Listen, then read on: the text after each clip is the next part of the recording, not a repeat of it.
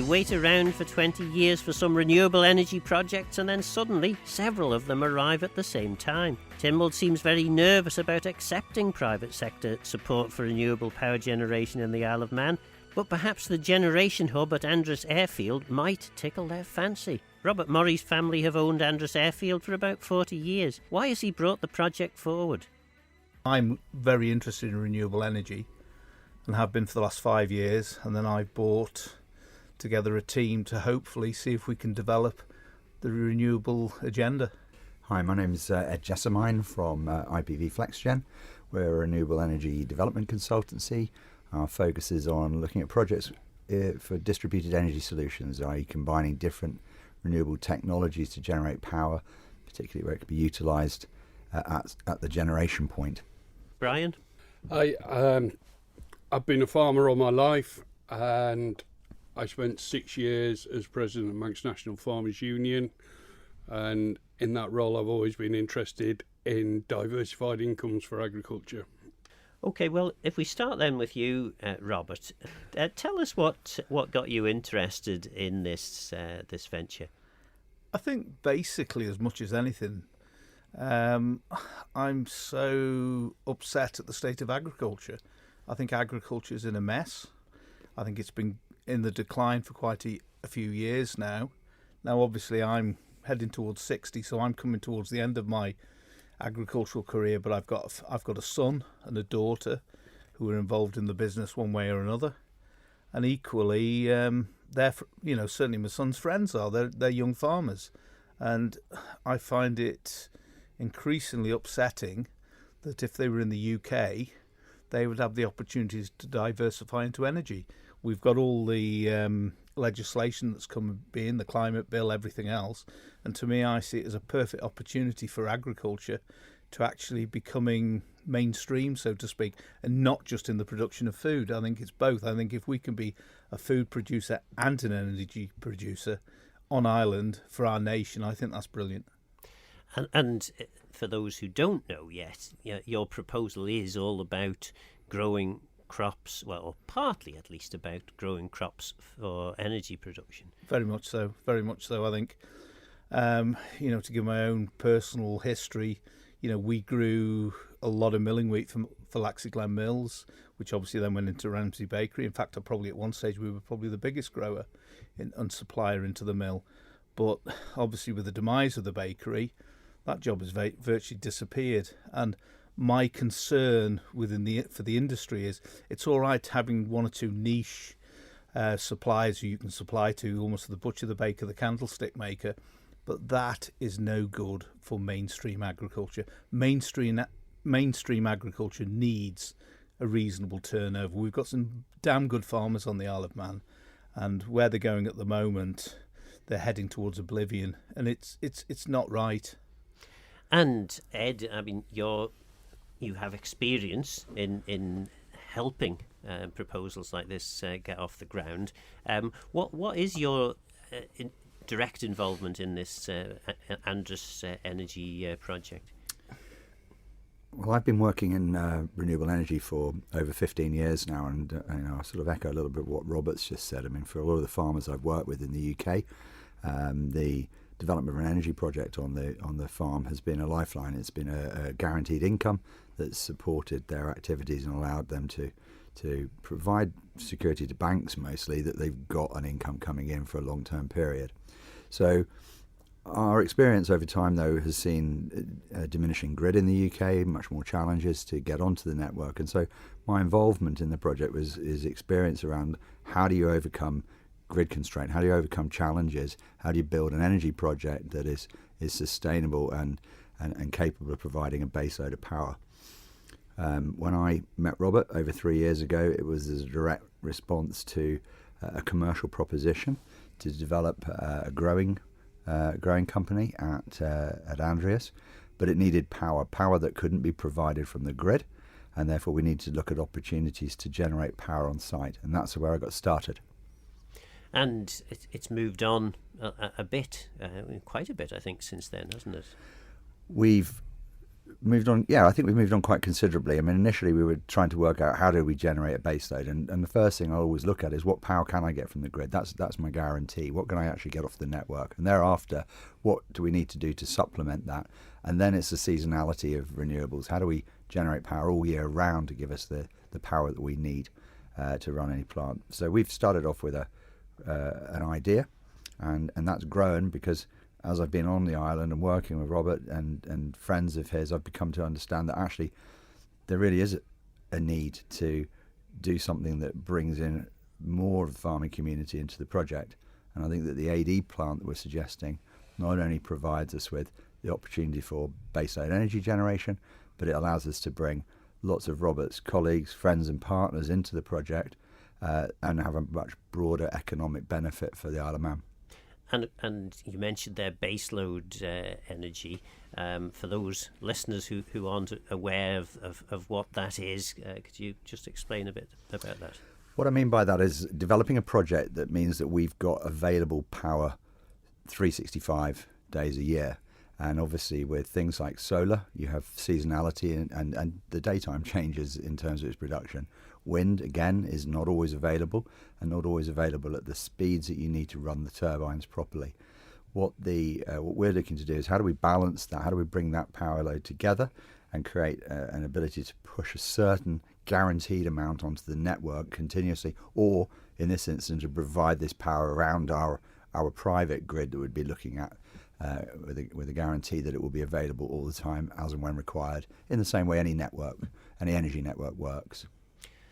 Brian, you are also a former big cheese in the farming industry, and what's your involvement with this particular project? I'm just facilitating and helping out due to my previous interests. I was president of the Farmers Union, looking at diversified incomes for farmers and looking across the water at what was being achieved through renewables on farms in the UK. I tried quite hard at the time to engage with Manx utilities and DEFA over getting the same routes to market for farmers on the Isle of Man, and unfortunately that hasn't materialised into much. But on top of that, when I was in the Farmers Union, we had the biosphere, and we've got climate change, and that is affecting.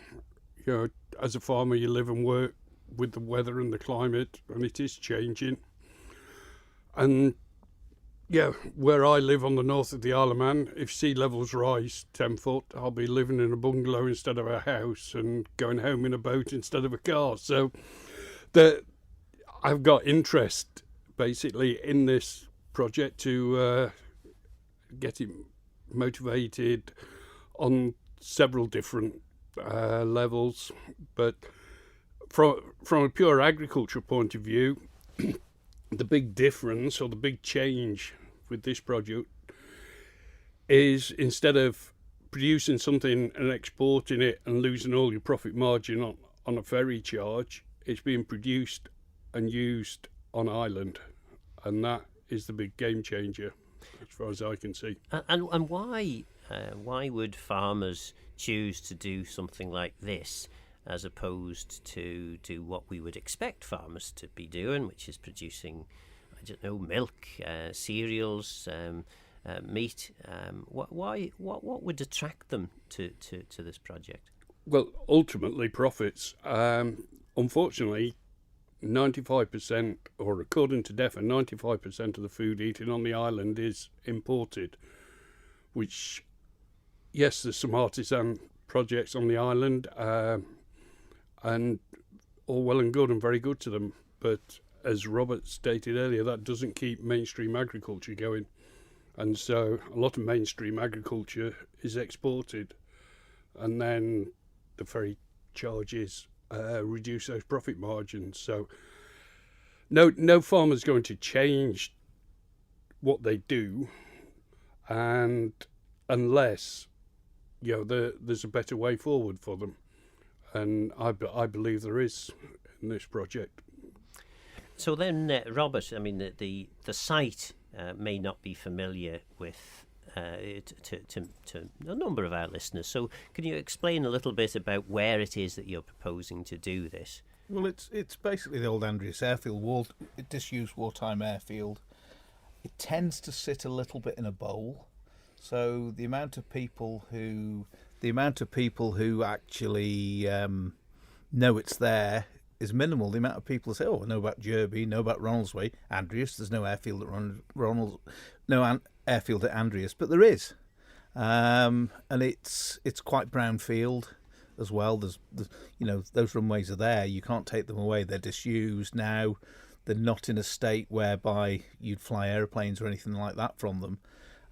But it's maybe a national asset that we can use for something else, and that to me is why we're looking down the energy route. And what, I suppose maybe if we got into some more detail then, specifically what it is that you're proposing, because there is a biodigester side to this, but it's more than just that, isn't it? Yeah, it is. It's a hub. It's an energy hub. It combines several technologies, and I think the thing that's really interesting in renewable energy generally, this is not going to be the be-all and end-all for the Isle of Man. And I think that's true of any renewables. You need a blend, and you need all sorts of different projects to give us the whole. So, yeah, we can produce a percentage of it, but we certainly can't produce it all. And I think, as has already been stated, the one thing with this project is, unlike a lot of other renewables, as it being a hub, it's baseload. So it's there all the time, so the lights aren't going out, where I think, as Ed has already stated, you do get a certain amount of intermittent power with other renewables. Well, hopefully the AD will take that out, but also it's the win-win, isn't it? Because not only is it producing baseload, it's also producing a seriously good income for agriculture and helping agriculture. And as we'll probably go through it and describe even more detail, obviously the byproduct from this, from the digester, is a highly nutritious fertiliser. So you're also getting that cyclical effect on Ireland, where again we're reducing imports. Again, as Brian's already said, with the cost of ferries and the boats, and it becomes more and more of a holistic thing for the industry. Like you could say, in time, we do talk about, and they are actually out there now. They're talking about methane powered tractors. Well, in theory, you could do the whole process with totally green fuels, and it's a complete secular production. The one of the criticisms that I've already heard, perhaps by a less well-informed politician, is that this project potentially is going to result in a more carbon-intensive approach to agriculture, because we'll need more fertiliser to be able to grow the crops that will ultimately end up in the anaerobic digester. That's not the case. That's what I was about to ask. What is the actual position then? The position is, for every say 100 tonne of fuel that goes into the digester, 90 tonne of that will come back in digestate. So all you're extracting is the methane, and all the rest is a byproduct. It's a byproduct that can go back onto the land. So it's very much self-generating, to be honest, and self-perpetuating. You've obviously got, when this process starts in the first year, as the digester's up and running, you will obviously be putting artificial fertilisers to grow that initial crop. But once you're into the system, yeah, it's almost self-generating. So Ed, I mean, how does this actually work? Because I mean, anaerobic digestion is a thing that happens. It's quite a normal thing in parts of the United Kingdom. So how does that work? How would it work on the Isle of Man? So just to sort of reflect a little bit on what Brian was just saying about energy crops, we're not encouraging farmers to change what they're doing. This is a complementary activity to what they're doing, so that they can increase their revenues. And what we'll be doing is we've identified crops which we believe can be grown on the island successfully. that are reflective of the island's biosphere, that could be maintained and brought back to what is effectively called a concrete cow, where these are mulched down. And it's important as well, the reason we mention this site is a certain amount of water is required for this, and we do have water at site, which is really important. And we extract the methane. We can do several things with the methane. We can burn it, which would produce, when we drive a generator to produce electricity from that, and that gives us the if you like, the base load that we were talking about, the ability to ramp that up and down, just as you do with any gas generator that you currently have on the island. But we can also wait our time on that, so when we're producing more solar in the summer months, we won't necessarily need to run the AD plant in the same way. So it's all about managing the technologies together, managing this blend together. But as Robert's just highlighted, we're also looking with companies at how do you keep it as a clean operation, and you can extract the CO2 and clean the CO2 up and move it back into either growing, which is something we'd previously looked at. You need CO2 to assist with indoor plant growing, and agrivoltaics, which is the production of plants in and around solar arrays and using renewable energy, is something that we're very wedded to at the site. And we can talk more about that. But also looking at more advanced technologies to capture any carbon emissions from running a generator, which would then put into an extraction of effectively a biofuel, a biomethanol, which would capture that. And it's the basis of sustainable aviation fuel, so SAF. And that's what we're very interested in looking at as well.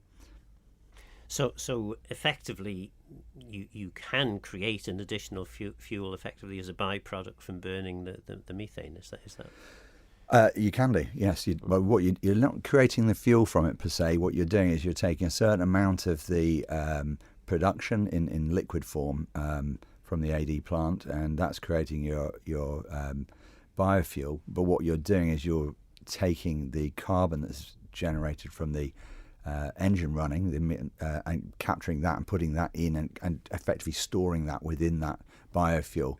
So it cleans up the operation of the AD plant, and obviously you're putting it into a much cleaner fuel. So it's a fuel that could replace diesel essentially. We're recording this programme in advance of your meeting, so we don't know what's going to happen at the public meeting, but I'm guessing that people there will be concerned. Any reference to methane, they'll be thinking there's going to be a terrible smell. So that would be probably the first thing that people would want to understand. Is there going to be a terrible smell from this plant? Obviously, when you develop a project like this, you're very, very conscious of health and safety and also of environmental matters surrounding the plant. One of the reasons that the location is so good is that it is some distance from any private property. I don't believe there's going to be any form of emissions issues. We have projects in the UK that sit on business parks. I've wandered around these sites and you literally cannot smell anything outside of them. There are obviously areas internally that have odours, but no, this is not an issue that I think people need to worry about. And the other, perhaps more exciting element to this is that potentially there could be some district heating associated with the project.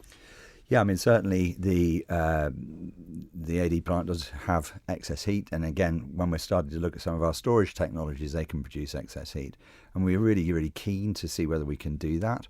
I think there's some social housing relatively close to the site, which would be a great experimental zone for us to do it, and indeed the people that we're talking to about operating and managing these sites are really keen to do that. I mean, this is a beautiful thing about a hub like this. It can put an awful lot back into the community. And I do think district heating is certainly one of those areas we need to look at, because heating quite clearly is a massive challenge when it comes to decarbonisation of the island. Brian, then, I mean, you've been to the various meetings with the farmers, and I would imagine if my experience of meetings with Manx farmers is anything to go by, there would be a certain amount of scepticism. How was that scepticism overcome? Yeah, we arranged two meetings, one in the north and one in the south of the island, and invited farmers along, and I did a presentation to them, just outlining and explaining and how they could get involved. We then put out for people to expressions of interest and ask the basic questions of what sort of acreage would you have available if this project went ahead, with all the caveats still to come of price, etc. And the figures we got back, we had farms that replied came to a total of 9,000 acres, and to run this project, a 6 megawatt AD plant, we're looking for about 3,500 acres of production. So, as Ed said, complements in a way what farmers are already doing. It's not about stopping food production on the island. The two can go hand in hand. But it's fairly obvious that there is the availability out there to get this project started. And crucially, of course, from what's been said, after the first year, there will be a plentiful supply of fertiliser for farmers who do engage in this project. Yeah. The people who engage will be the first to receive the digestate and be part of the project. So. And as far as getting farmers signed up, presumably until the proposal has got the necessary things like planning permission and various other supports, which we can talk to Robert about shortly, it's difficult to get the farmers to sign on the dotted line to say absolutely, but you've got as much by way of commitment from farmers as you could expect at this stage. We've had committed 4,500 acres, of which initially we'd be looking to use 3,500, so it's doable on that respect. As you say, getting people to sign, etc., that'll all come down to figures, and ultimately that will come down to Manx utilities and grid applications and that sort of thing. So, and just looking at this then, with a kind of, I don't know whether you have a ballpark figure for this, but the benefit to the Manx agricultural industry from something like this, 3,500 acres, presumably that you can work out how many tonnes per acre and the approximate profitability of this. What will be the financial benefit on an annual basis to farmers?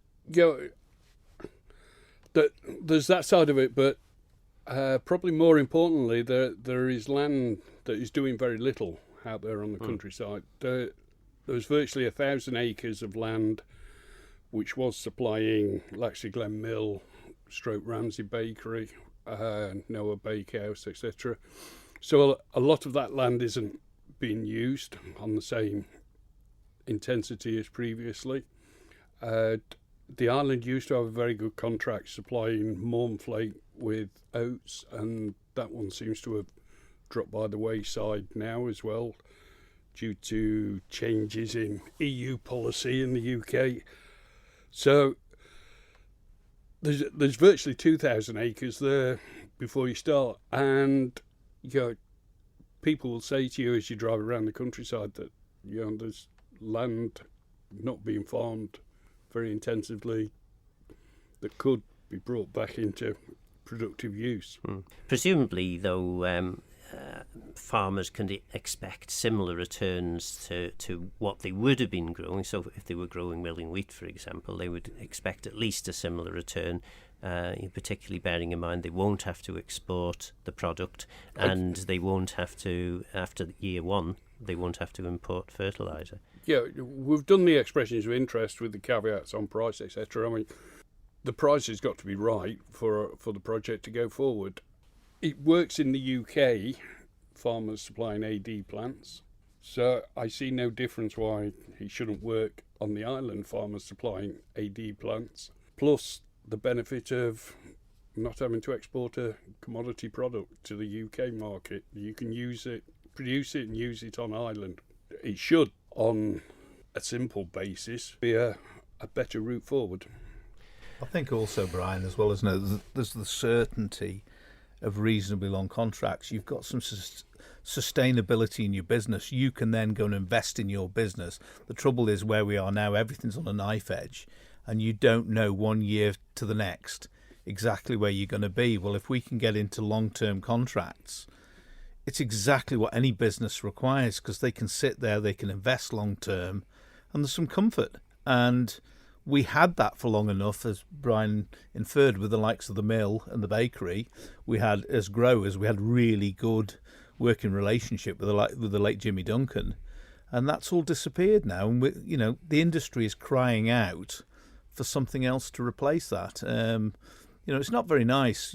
I've coming towards the end of my working life, and I would expect my son, who's nearly 30, to have the same chances as I had, and at the moment they're just not there, and it really does hurt. So in terms of moving this project forward then, is it going to be a sort of a phased development, because you've talked of the anaerobic digester. There's also been talk of solar array. There's I've also heard possibly is there maybe a wind turbine or two on the cards. How is this project going to move forward? I think you need to talk to the technical man, in all fairness right. to this. Like I keep telling you, I'm just a thick farmer. But no, it's something we've worked on between us, but certainly the actual idea of the hub and how it's moved and how it develops is basically Ed's baby.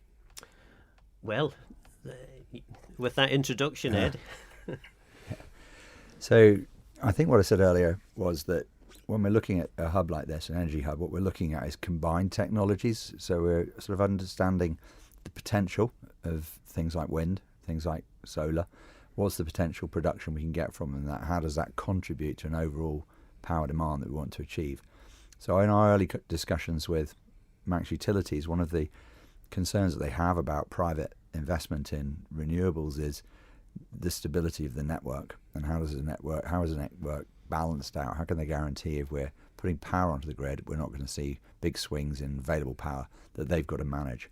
So instead, we're managing it on our site, and that's what makes this unique. And so effectively it complements whatever is being done on the grid, whatever Manx Utilities and the government of the Isle of Man is investing in. Our project could sit alongside that very comfortably, and we can switch on and off power export from the site as they require. Fundamentally, though, what we're looking at is, can we build a baseload within the site itself that ensures that businesses and organisations, the commercial organisations I alluded to earlier, have confidence to locate there? Because at the moment we can't be provided with that power from the grid, so there is no confidence.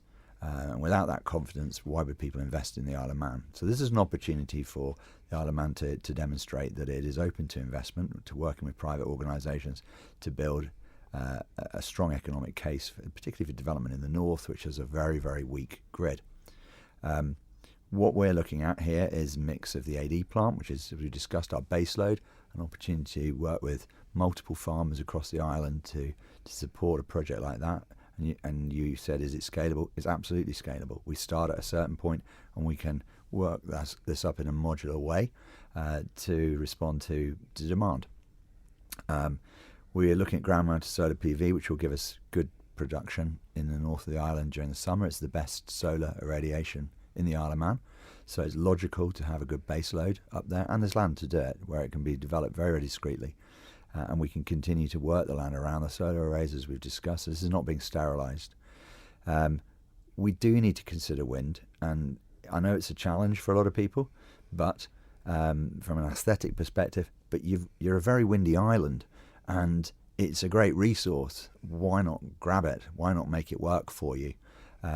But we are looking at something which is contained within the site, something that isn't going to have a major visual impact, and something that's specifically to give us assistance with our baseload during the evenings and during the winter months when we're seeing less solar irradiation. We've also got to look at different types of storage solution. So we're looking at what's the most effective technologies. We're very keen on vanadium flow technologies, so longer duration battery storage, something that's gives us a chance to fully store the power and export the power on a daily basis. As we've mentioned, district heating already can spin off of that. We're looking at things like compressed air storage, again, which is a completely emission-free storage solution.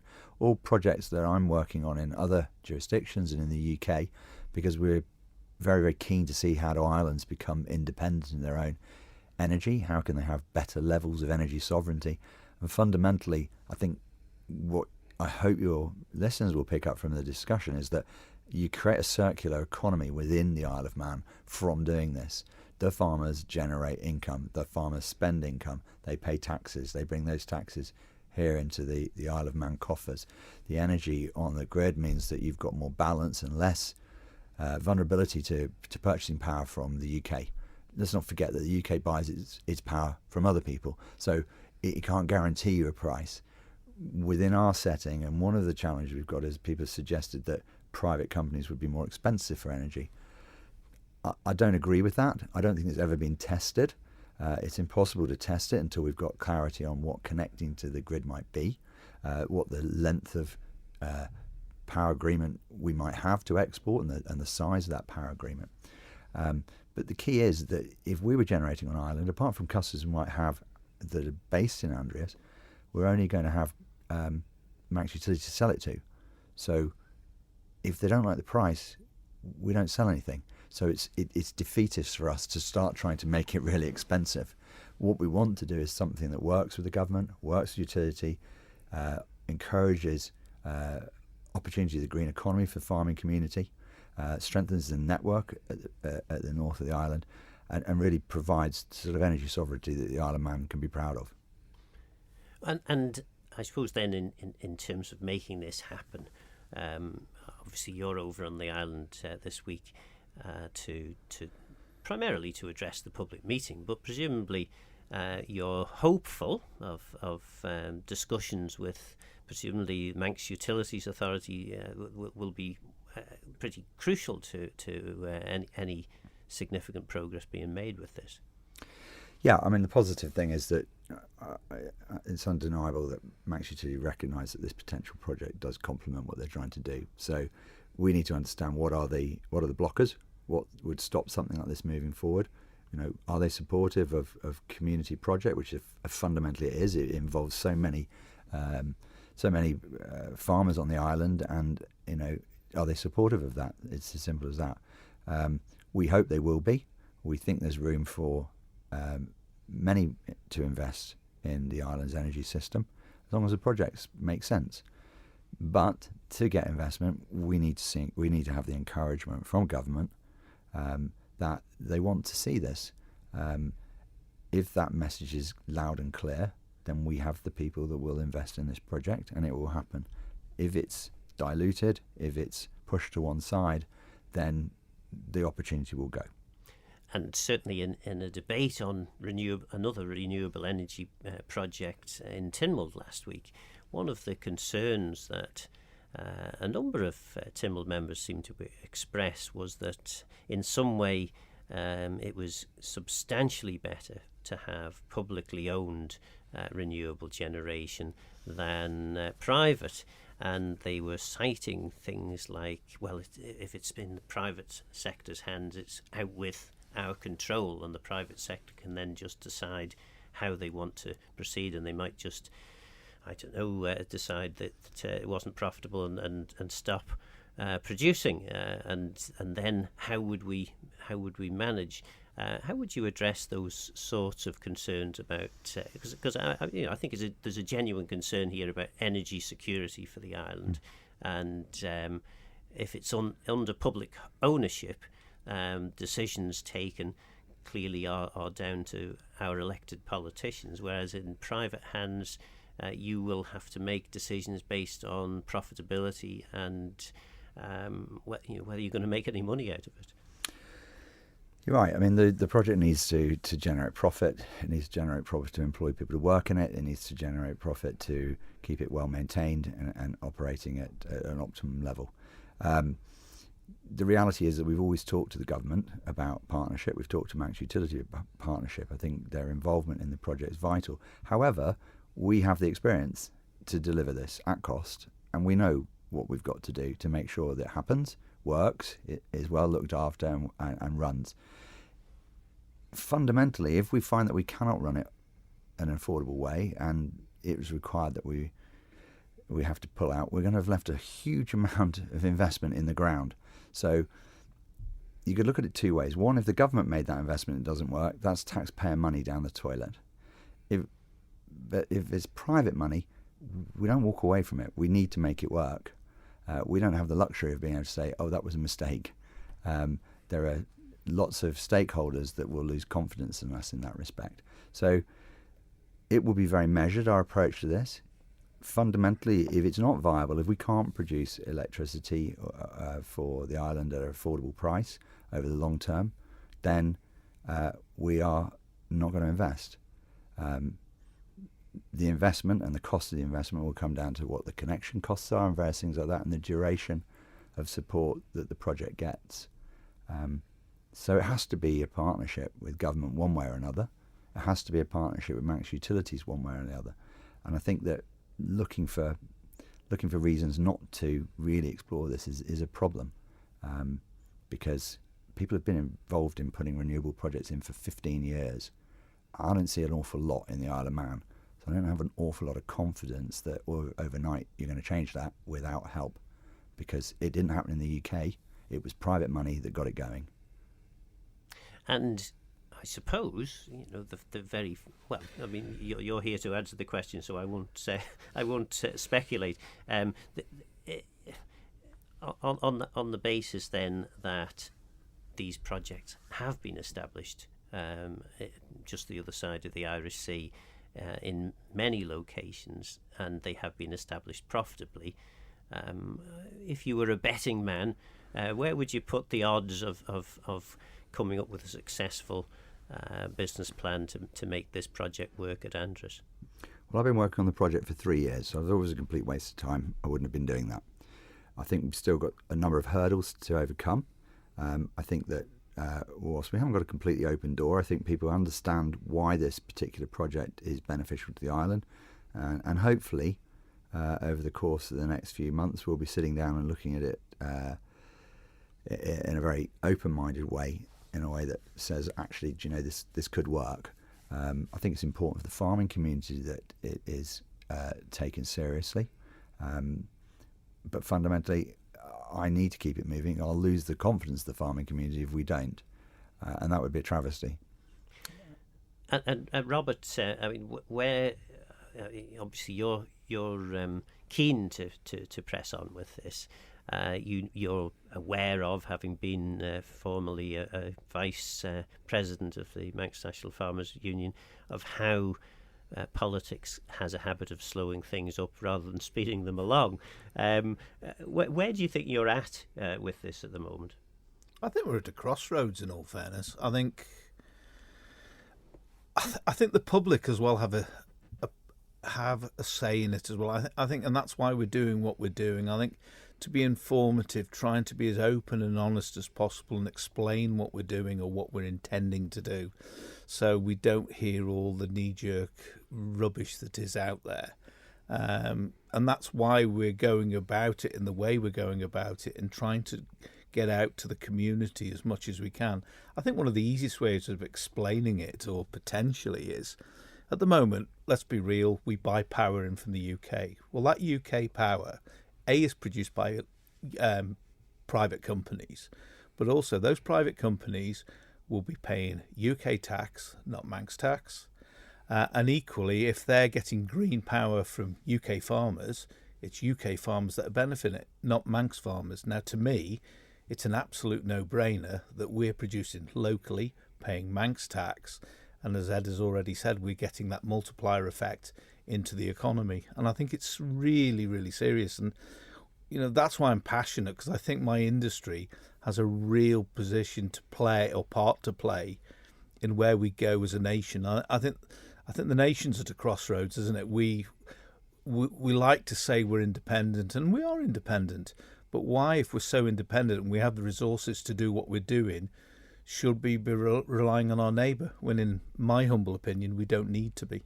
And certainly in my time, which is now getting further and further in the distant past, there was a very rough figure, but around about £150 million a year spent on fossil fuels.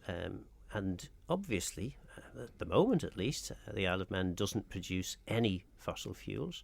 So that's £150 million that leaves the Manx economy never to be seen again. Absolutely. How much of that 150, bearing in mind electricity generation, it was roughly about a third split, transport, heating homes and producing electricity.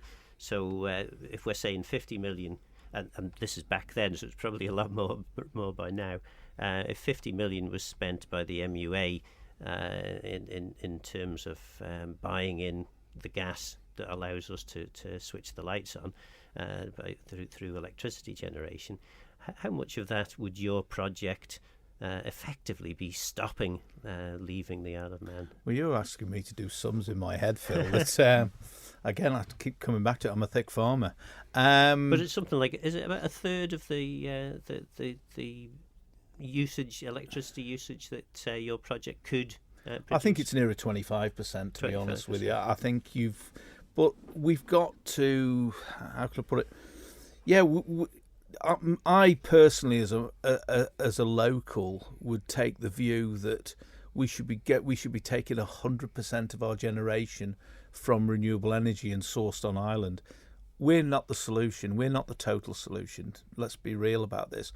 But I think with a combination of several projects, and we hear all these different projects, and I think every project should then be standing out in its own commercial merit and stand on its own 2 feet. But with a massive combination, we can do it. And what's more, and I think Brian would probably agree with me, even the existing interconnector we've got, if we get in that lucky position to be able to produce enough or more energy than we require, we can ship that energy back to the UK. And as opposed to power that's coming in, which, let's be real, is blended power, it's not green, it's partially green, but we could ship power out that was 100% green. And to me, that's a real win-win for the Manx economy and for the reputation of the Isle of Man in general. Ed, I mean, is this part of the calculation? I mean, presumably you have all kinds of sums and figures and arguments that you need to put to the decision makers on the Isle of Man, but presumably the energy security argument is a very strong one. So, as I said earlier, I mean, we've been very conscious of the fact that if we're going to do something which added value to the Manx grid, then we needed to do something that guaranteed a certain supply throughout the year. So that's the focus. That is the key focus of this project.